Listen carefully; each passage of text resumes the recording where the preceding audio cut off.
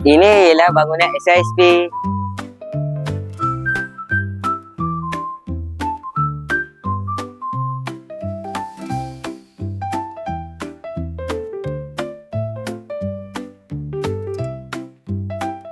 Nak ke mobile class?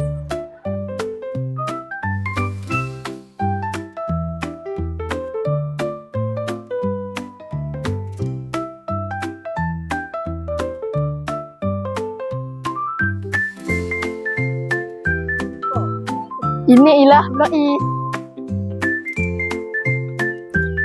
Okey, dalam kelas ni ada smart board.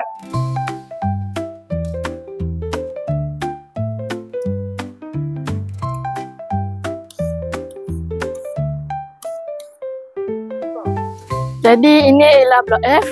Kita ada makmal sains dan perpustakaan. Okey, saya sangat suka kelas mobile kelas ni sebab yang pertama kita dapat pusing-pusing sekolah. Maknanya tak bosan duduk kelas saja. Kemudian kita boleh rasa feel yang beza. Kadang-kadang kelas cikgu lain, kadang-kadang kelas cikgu lain. Kadang-kadang mungkin kelas cikgu tu ada warna-warni, kadang-kadang cikgu tu kelas tu ada warna satu warna saja.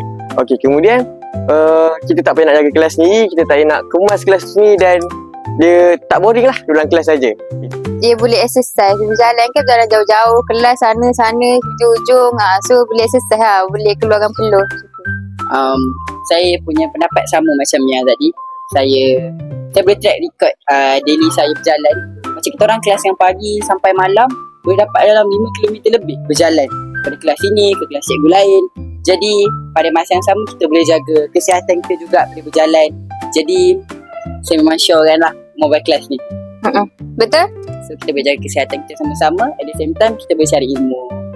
Alright, salah satunya sebab saya suka mobile class ni is because kita boleh increase our blood circulation and will make our brain more fresh for the next class. And as we walk more, we can lose some calorie. Bagi pendapat saya, kebaikan mobile kelas ni, kita akan rasa kurang mengantuk sebab kita akan pergi dari kelas ke kelas. So, mengantuk tu akan rasa kurang sikit lah. Jadi, ini ialah amal sains.